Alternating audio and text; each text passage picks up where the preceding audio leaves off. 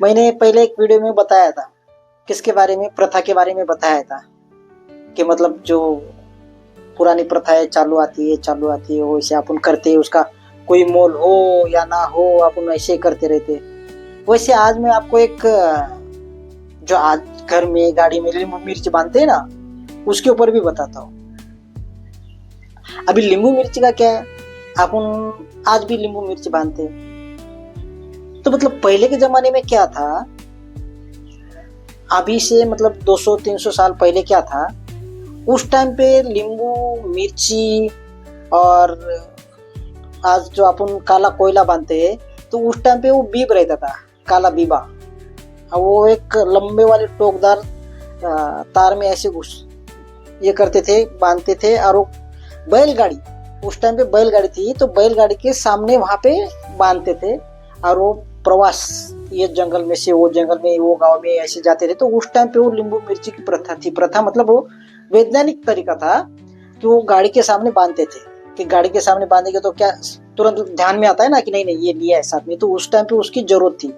तो उस टाइम पे क्यों जरूरत थी, तो नींबू कैसा है कि जब वो गाड़ी लेके निकले तो बहुत जन को भूख लगता था, प्यास लगती थी, तो कभी कभी खाने को कुछ नहीं मिलता था, या दूर दूर तक पानी नहीं मिलता था, या कहीं पे भी तालाब भी रहेगा अगर जंगल के अंदर कभी कभी, तो क्या होता था कि वो तालाब में अगर वो उस टाइम पे राजा में युद्ध भी चलता था, तो कोई तालाब के अंदर कोई जहर भी डालता था, तो भी कहीं कभी अचानक से कैसे पानी पिए। इसके लिए वो क्या होता था कि वो नींबू की जरूरत पड़ती थी। तो नींबू को क्या करते थे कि उसको काटते थे, और काटने के बाद अपन ऐसे 2-4 थेंब या थोड़ा सा भी पानी ऐसे अपने मुंह में डाला, तो कुछ देर के लिए मतलब प्यास भी अपनी शांत हो जाती थी और भूख भी।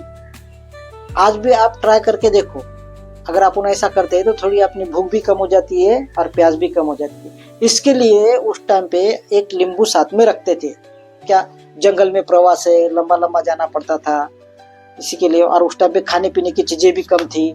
आज जैसे अपन रोटी फिटी बना के कुछ डब्बा फिबा ये अलग अलग तरीके के ये इतना सारा लेके जाते कहीं पे भी। और उस टाइम पे जहाँ पे जाने के लिए 2 दिन लगते थे, आज वो अपन 2 घंटे में 4 घंटे में अपना प्रवास पूरा हो रहा है। ठीक है, ये तो हो गई नींबू के लिए। अभी मिर्ची, अभी मिर्ची की क्या जरूरत है, कोई बोलता है कि ठीक है वो उसके लिए तो ठीक है, तो मिर्ची की क्या जरूरत है, मिर्ची की भी जरूरत है।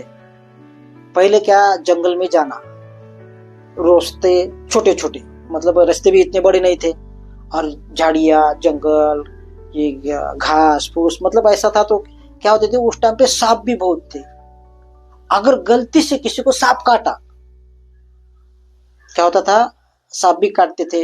या कभी कभी झाड़ के ऊपर भी सांप रहते थे, अगर उधर से भी किसी ने काटा या कुछ हुआ, या काटा भी नहीं लेकिन उसका मतलब थोड़ा सा काटा फीटा भी रहता, तो वो भी डूब जाता, तो कुछ भी होता था। तो इसके लिए क्या होता था कि ये मिर्ची, अगर सांप किसी को काटा और उस टाइम पे अपन ने मिर्ची खाई, अगर वो जहरीला सांप है, जहरीला सांप अगर होता, तो उस टाइम पे वो मिर्ची खाएंगे तो अपने को तीखी नहीं लगेगी, वो क्या लगेगी, एकदम मीठी लगेगी, मीठी लगेगी। तो उस टाइम पे समझ में आता था कि बाबा नहीं ये जहरीला सांप है, और जो भी है दवाई के लिए या हॉस्पिटल के लिए भागो, इधर से जल्दी अपना वो इलाज करने के लिए जल्दी निकलते थे।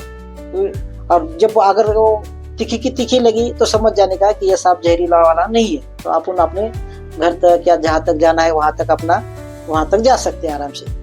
तो इसके लिए मिर्ची थी। अभी बोलोगे ये बीबा, काला वाला बीबा, वो क्यों लेते थे, तो वो भी एक बीबा ऐसा एंटीबायोटिक है कि मतलब अगर कहीं पे जख्म हो गई या किधर भी कुछ हो गया, कुछ लग गया, तो उस टाइम पे उसको गर्म करते थे, और उसी के अंदर वो जो धारदार अपना जिसके अंदर वो मिर्ची बीबा या नींबू लगा है, वही उससे टोकदार इससे वो ऐसे उसके अंदर घुसाते थे, और वो उसका तेल निकालते थे और वो जख्म पे वहां पे लगाते थे। धन्यवाद दोस्तों, आपने सुना, लाइक करें, सब्सक्राइब करें, धन्यवाद।